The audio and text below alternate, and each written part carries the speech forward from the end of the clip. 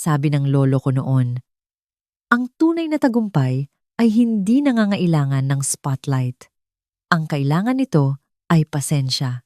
Hindi ko lubos na naintindihan ang ibig niyang sabihin hanggang sa gabing tawagin akong isang hamak na waitress sa isang marangyang gala sa BGC bago natahimik ang buong silid nang mapagtanto ng boss ng kapatid ko kung sino talaga ako. Ako si Rosalie.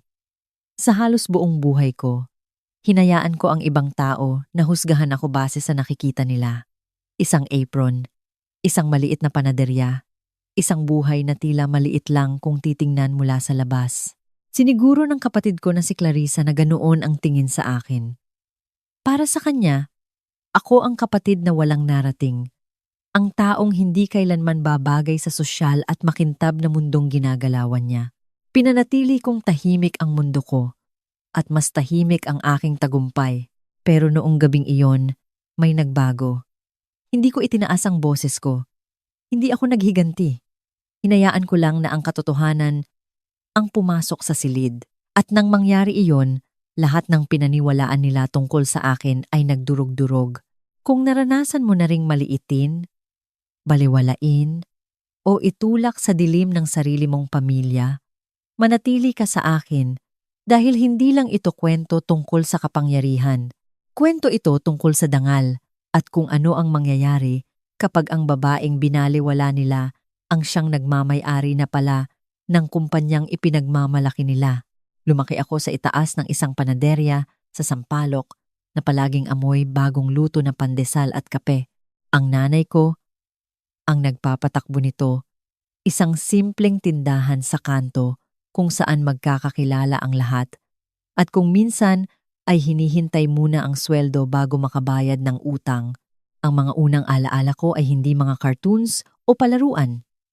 Ito ay ang pagbibilang ng barya, pagtitiklop ng mga pink na box ng cake, at paggising bago magbukas ang araw para mauna sa dagsa ng mga suki sa umaga. Hindi ko ito kinamuhian. Sa katunayan, mas marami akong natutunan sa likod ng glass counter na iyon kaysa sa loob ng classroom. Natutunan ko ang diskarte, tatag ng loob, at kung paano tumingin ng diretso sa mata ng tao, lalo na kapag pilit nilang iniiwas ang tingin nila sa iyo. Sa edad na 15, ako na ang nagmamanage ng inventory.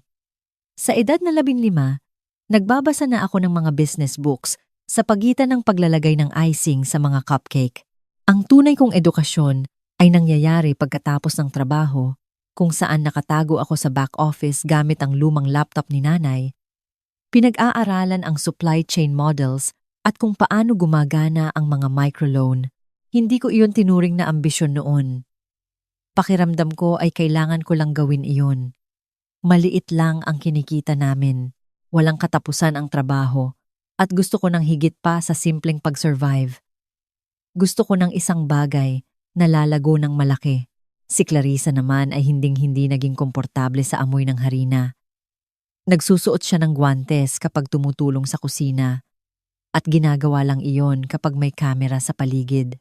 Kung saan nakakita ako ng oportunidad sa hirap ng aming pamilya, kahihiyan naman ang nakita niya. Tumakas siya sa unang pagkakataong nakuha niya. Nag-enroll sa isang top-tier business school sa Makati at nawala sa mundo ng mga branded na suit at rooftop brunches. At sa totoo lang, mabilis siyang umangat. Si Clarissa ay palaging maayos, palaging elegante, palaging paboritong success story sa mga dinner parties, ang anak na nakaalis sa hirap. Samantala, naiwan ako. Hindi dahil sa kawalan ng ambisyon, kundi dahil may binuo akong sarili ko. Sa edad na 23, inilunsad ko ang Nuvia Capital, isang fintech startup na nakatuon sa pagbibigay ng pautang para sa mga maliliit na negosyante at mga OFW, mga taong katulad ni nanay. Hindi ako humingi ng pondo sa mga malalaking venture capitalist. Nagsimula ako sa sariling ipon, muling ipinuhunan ang kita, at tahimik na nakipag-partner sa mga credit unions at community organizations. Hindi ito maingay. Hindi ito marangya, pero epektibo. Sa edad na 28, naging national na ang operasyon namin pero tumutulong pa rin ako sa panaderya tuwing weekend. Hindi para sa pera, kundi para manatiling nakatapak sa lupa. Ipinaaalala nito sa akin kung sino talaga ako. Hindi ganoon ang tingin ni Clarissa. Para sa kanya, sinasayang ko ang potensyal ko. Minsan niya akong priningka. Ang talino mo, Ro, pero hindi ka kailanman seseryosohin kung palagi kang amoy buttercream at spreadsheets. Ngumiti lang ako at nanahimik. Ang hindi niya alam, isa sa mga pinakamalaking kliyente namin sa licensing ay kakapirma lang ng isang multi-million-dollar agreement. Isang kliyente kung saan siya nagtatrabaho. Mas madali ang lahat kapag minamaliit ka, pinapakita ng mga tao ang tunay nilang kulay kapag akala nila ay mas mababa ka sa kanila. At masaya akong hayaan si Clarissa na laruin ang laro niya. Hanggang sa magpasya siyang isama ako sa gulo niya. Walang ideya si Clarissa na ang startup na pinagkakaabalahan ko sa tabi-tabi ay lumago na pala bilang isang tahimik na imperyo. Hindi ko kailanman pinost ang tungkol sa Nuvia Capital sa social media. Walang mga launch party, walang mga bonggang press release. Puro lang resulta mga private contracts, licensing deals, at malakas na revenue streams. Ang software namin ang tumutulong sa mga maliliit na negosyo na maging mas matalino sa pagpapatakbo at mas mabilis makakuha ng credit. Sa mata ng mga bangko, mahalaga kami. Sa mata ng pamilya ko, ako pa rin si Rosalie ng panaderya. Dati ay sumasama ang loob ko doon, pero ngayon, natatawa na lang ako. Naalala ko ang isang Sunday dinner kung saan itinaas ni Clarissa ang kanyang wine glass at nagtanong nang may buntong hiningang kayang humiwa ng bato kung kumusta na raw ang cute na cupcake app ko. Sinabi niya iyon ng malakas para marinig ng lahat. Pero sa tono, na tila ba ay sumusuporta siya. Sabi ko, okay naman ito. Ang hindi ko sinabi sa kanya ay ang kumpanya niya, ang Vanguard ko, ay ginagamit na ang aming back-end analytics sa loob ng halos 8 buwan. Ang team ko ang nag-onboard sa kanila sa ilalim ng isang white label contract. Wala siyang kaalam-alam. Huwag mo akong mamasamain. Sabi niya, nang may ngiting hindi umaabot sa mata. Ang pagbe-bake ay marangal na trabaho. At yung tech stuff na ginagawa mo, ang cute. Pero hindi yan real scale, Ro. Hindi yan leadership. Tiningnan ko siya. Iniisip kung sasabihin pa ba niya iyon kung alam niyang hawak ko ang voting shares na pwedeng humarang sa susunod niyang campaign proposal. Siguradong hindi, gayunpaman. Hinayaan ko siyang maging bida. Mas kailangan niya iyon kaysa sa akin. Ang pride ni Clarissa ay gawa sa salamin perpektong makintab, pero isang lamat lang ay wasak na. At tuwing ibinababa niya ako sa harap ng mga magulang namin, nakikita ko ang desperasyon niya. Kailangan niyang maniwala na mas nakaangat siya sa akin, na ako pa rin ang batang babae sa likod ng pastry case. Nagpapasalamat sa mga mumo. Pero matagal ko nang itinigil ang papel na iyon. Ang totoo, hindi ko kailanman ninais ang mundo ni Clarissa. Hindi ko kailangan ng mga business card na may gold print o tawaging senior director sa mga cocktail parties. Gusto ko ng impact. Gusto ko ng laya. At mayroon ako ng dalawang iyon. Ginugugol ko ang mga weekday sa pagtapos ng isang merger na magpapabago sa kinabukasan ng community financing. At ang mga weekend ko ay nakalubog sa mga resibo ng panaderya. Tinutulungan ang nanay ko na mag-transition sa digital ordering. Nakayoga pants ako sa mga board meetings at naka-flat sa financial briefings. At wala akong kailangang sagutin na kahit sino. Ganyan ang pagbuo ng tahimik. Akala ng mga tao ay nakatigil ka lang hanggang sa gumalaw ka na. At sa oras na mapansin nila, huli na ang lahat para humabol. Isang linggo bago nagbago ang lahat, nakatanggap ako ng tawag mula sa aming legal counsel. Malapit na ang huling yugto ng negosasyon. Kung magiging maayos ang lahat, ang Nuvia Capital ang kukuha ng controlling interest sa Vanguard ko. Oo, ang prestihiyosong kumpanya ni Clarissa. Ang irony ay tila isang tula. Pwede ko sanang sabihin sa kanya, pwede akong magpadala ng gift wrap na NDA para lang makita ang paglaglag ng panga niya, pero hindi ko ginawa. Naghintay ako dahil minsan ang pananahimik ay mas matalas kaysa sa komprontasyon. At dahil alam ko kung ano ang susunod na darating ang imbitasyon na magsisimula ng lahat. Ro, sabi ni Clarissa isang gabi, habang nagliligpit kami ng pinggan sa bahay ni nanay. May hihilingin sana ako. May hosting ako na formal gala next month para sa promotion ko. Importante ito, maraming partners. Pwede mo bang tulungang i-coordinate ang pagkain? Alam kong magaling ka sa mga event stuff. Hindi niya iyon sinabi bilang papuri. Bago pa ako makasagot, pumalakpak na si nanay. Eksakto! Napakagaling ni Rose sa logistics. Magiging perpekto ang lahat. Binigyan ako ni Clarissa ng tingin na nagsasabing, manatili ka sa pwesto mo. At binigyan ko siya ng tingin na nagsasabing, sige lang, sige. Sabi ko, I'd be happy to help. Lumabas ako sa hapunang iyon dala ang dalawang bagay. Isang casserole dish at ang bigat ng pangmamaliit ng kapatid ko. Walang malay si Clarissa na ibinigay na niya sa akin ang entablado. Akala niya ay nilalagay niya ako sa lugar ko, sa background gaya ng dati. Malapit sa mga tray at mantel, hindi sa podium o kapangyarihan. Pero wala akong balak itama siya. Hindi pa ngayon. Noong gabing iyon, habang naghuhugas ako ng pinggan sa lababo ni nanay, nag-vibrate ang phone ko at nakita ang isang pangalan na nagpahinto sa akin. James Vance, CEO ng Vanguard & Co., ang boss ni Clarissa. Rosalie, saad ng email. Nalaman ko na ikaw ang founder ng Nuvia Capital. Gusto sana kitang makausap. Dadalo ako sa aming internal celebration sa susunod na buwan. Kung nandoon ka, baka pwedeng personal tayong magkita. Tumagal ng 1 minuto bago ko napagtanto ang napakagandang pagkakataon. Lingid sa kaalaman ni Clarissa, inimbita niya akong mag-cater sa mismong event kung saan inaasahan ng kanyang boss na makilala ang babaeng kukuha na ng kumpanya niya. Tinitigan ko ang maliwanag na screen, pagkatapos ay ang reflection ko sa pintuan ng microwave. Nakatali ang buhok ko. Puno ng harina ang sweatshirt ko. At heto ako, tinatawag hindi bilang kapatid ng kung sino, kundi bilang isang taong may mahalagang papel. Hindi ko agad sinagot ang email. Hindi kailangan. Sa halip, nagsalin ako ng tubig, sumandal sa counter, at hinayaan ang katahimikan na bumalot sa akin. Ang uri ng katahimikan bago bumukas ang kurtina. Sa mga sumunod na linggo, pinadalhan ako ni Clarissa ng mga passive-aggressive na text tungkol sa mga catering vendor, menu options at delivery times. Siguraduhin mong sosyal ang mga appetizer. Sulat niya. Hindi ko kailangan ng anumang bagay na mukhang too homemade.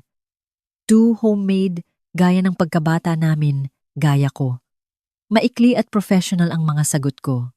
Noted, confirmed, all set. Samantala, kasama ang aking CFO at legal team, tinapos namin ang acquisition, tahimik, masinsinan, at may presisyon. At sa bawat dokumentong napirmahan, bawat clause na sinigurado, ang pananaw ay naging malinaw. Hindi lang ito basta merger. Ito ay pagtutuos. 2 gabi bago ang event, napansin ni Ryan, ang matagal ko ng boyfriend, ang tensyon sa aking balikat habang inihahanda ko ang aking itim na gown. Sigurado ka bang gusto mong gawin ito? Tanong niya. Nakamasid mula sa pintuan. Hindi mo kailangang makipaglaro. Para lang may patunayan. Wala akong pinatutunayan. Sabi ko habang hinahaplos ang tela. Magpapakita lang ako. Bumuntong hininga si Ryan. Hindi niya deserve ang ganitong klaseng kabaitan, Ro. Hindi! Mahinang sagot ko. Pero ako, deserve ko ito. Deserve kong pumasok sa silid na iyon nang walang hiya, nang hindi kailangang magpaliwanag o magdahilan. Hindi ko ito ginagawa para ipahiya siya.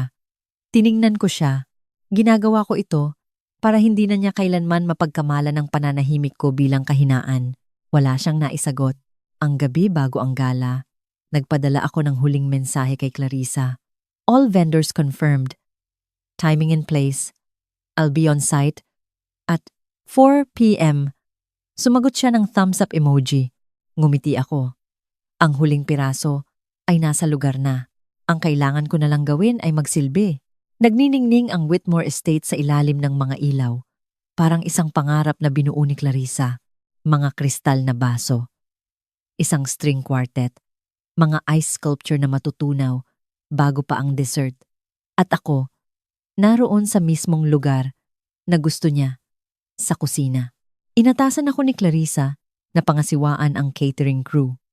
Ang boses niya, matalas pero matamis, ay nagpapaalala sa akin na manatili sa likod. Tumango ako. Siyempre, habang naglalakad ako sa gitna ng party dala ang isang tray, narinig ko ang pangalan ko mula sa kanyang mga labi. Kapatid ko yan, si Rosalie, sabi niya sa isang grupo ng mga executive. Tumutulong lang siya. Mahilig talaga sa mga hospitality staff. Kawawa naman! May mga mahihinang tawa na sumunod. Dagdag pa ni nanay sa kanyang nakasanayang linya. Sinubukan namin siyang isama. Siyempre, pinili niya ang landas niya. Walang nakapansin sa text na natanggap ko noong oras na iyon. Deal closed. 51% effective immediately. Dumating si James Vance ilang sandali pa. Nagmamadaling lumapit si Clarissa, puno ng gilas at ganda. Mr. Vance, we're honored. Tumango siya. Inikot ang tingin sa silid. At nang makita ako, kumunot ang noo niya. Wag niyo na siyang intindihin, sabi ni Clarissa. Kapatid ko lang yan, tumutulong sa mga staff. Teka, sabi ni James habang humahakbang pasulong. Si Rosalie yan. Ibinigay ko ang tray ko sa staff at ngumiti. Hello, James.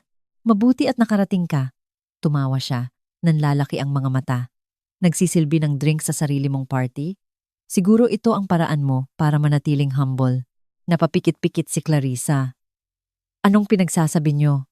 Si Miss Rosalie ang CEO ng Nuvia Capital. Kalmadong sabi ni James. At simula 15 minutes ago, siya na ang may-ari ng controlling interest sa Vanguard ko. Tumigil ang mundo sa silid. Nabitawan ni Clarissa ang kanyang baso at nabasag ito.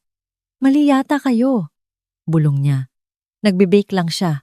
Tumawa si James. At nagpapatakbo ng kumpanyang nagmamay-ari na ngayon sa departamento mo. Namutla si nanay. Humarap ako kay Clarissa. Ang boses ko ay mahinahon, pero malinaw.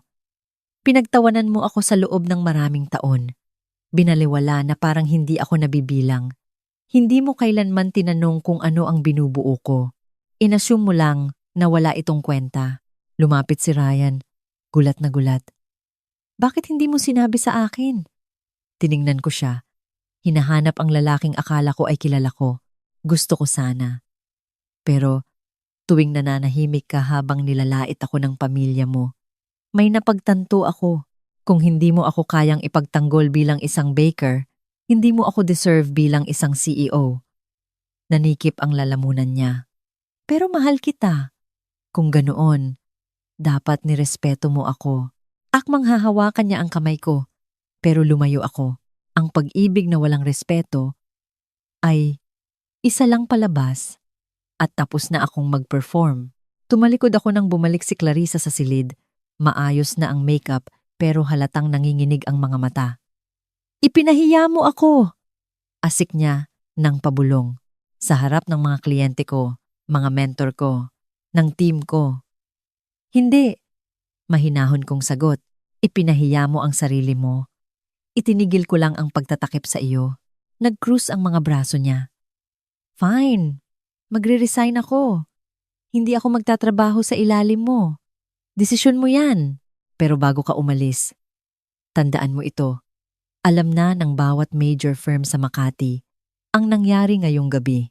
Ang paraan ng pakikipag-usap mo tungkol sa akin, tungkol sa mga taong katulad ko, hindi iyan basta mawawala. Nag-atubili si Clarissa. Ang kanyang kayabangan ay nagsimulang gumuho. Anong gusto mo sa akin? Gusto kong matuto ka. Sabi ko, habang nakatingin siya ng may pagkalito. Simula Lunes, magtatrabaho ka sa aming Community Impact Division. Maglulunsad kami ng programa para suportahan ang mga lokal na kainan at minority-owned businesses. Tutulungan mo silang ayusin ang kanilang finances. At kanino? Mapait niyang tanong. Ako magre-report? Ngumiti ako. Sa aming project lead ang nanay ko. Pinapatakbo pa rin niya ang panaderya dahil gusto niya, hindi dahil nabigo siya sa ibang bagay. Nalaglag ang panga ni Clarissa, pero bago pa siya makasagot, humakbang pasulong si nanay. Rosalie, siguro pwede nating pag-usapan ito ng kaming dalawa lang, sabi niya. Nanginginig ang boses. Pamilya tayo. Marahan akong humarap sa kanya. Pamilya? Sa loob ng maraming taon, tinatanggal niyo ako sa mga litrato, pinauupo ko, napaiyak si nanay. Hindi namin alam na may pera ka pala. Iyon ang problema, mahinahon kong sabi. Akala niyo ang halaga ko ay nanggagaling sa pera. At sa unang pagkakataon sa buhay ko, nagsalita ang tatay ko. Tama siya, sabi niya. Lumingon ang buong silid. May sapat na dahilan si Rosalie para talikuran tayo. Nanood lang ako habang nangyayari ang lahat. Nawala sa isip natin kung ano ang mahalaga. Iyon ang pinakamahabang nasabi niya sa isang pagkakataon. Lumapit siya sa akin. Nabigo kami sa iyo. Tumango ako. Hindi dahil sa tagumpay, kundi dahil sa linaw ng isip. Alam ko. Humarap ako kay Clarissa. Pumunta ka sa panaderya sa Lunes ng umaga. Hindi pinapalampas ni nanay ang late. Nang makaalis na ang mga bisita, ang Whitmore Estate ay tila hindi na tagumpay, kundi isang museong sarado na. Maganda, pero walang laman.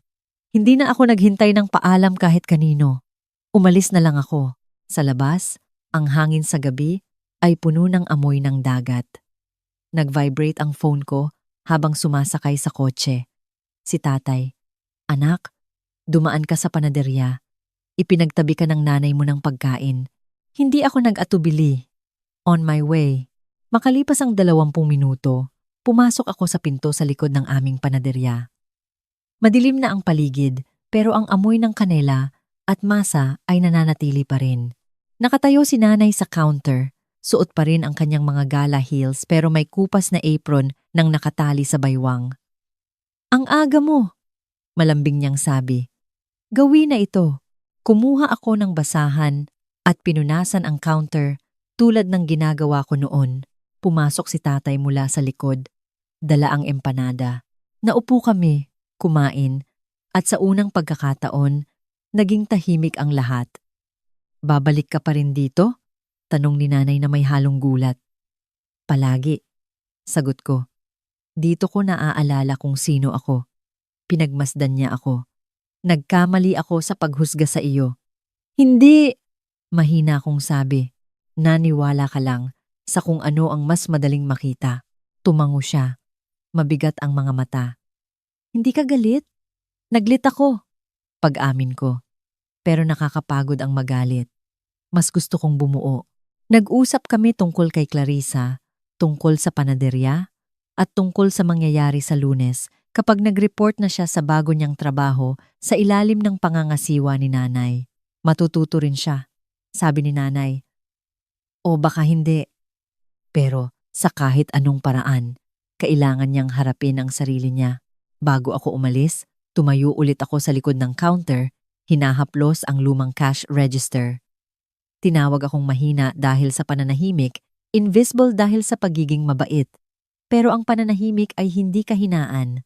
Ito ay ang pag-alam kung kailan magsasalita para walang makakalimot sa sinabi mo. Hindi ko kailanman ninais ang maghiganti. Linaw lang ang kailangan ko. At ngayong gabi, nakuha ko na ito.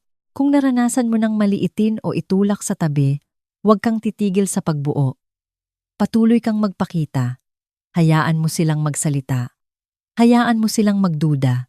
Dahil balang araw, kapag nawala na ang lahat ng ingay, ang tanging mananatiling nakatayo ay ang katotohanan. At ikaw, kaya't kaibigan, huwag mong hayaang diktahan ng iba ang iyong halaga. Ang iyong tahimik na pagsisikap ay ang iyong pinakamalakas na sandata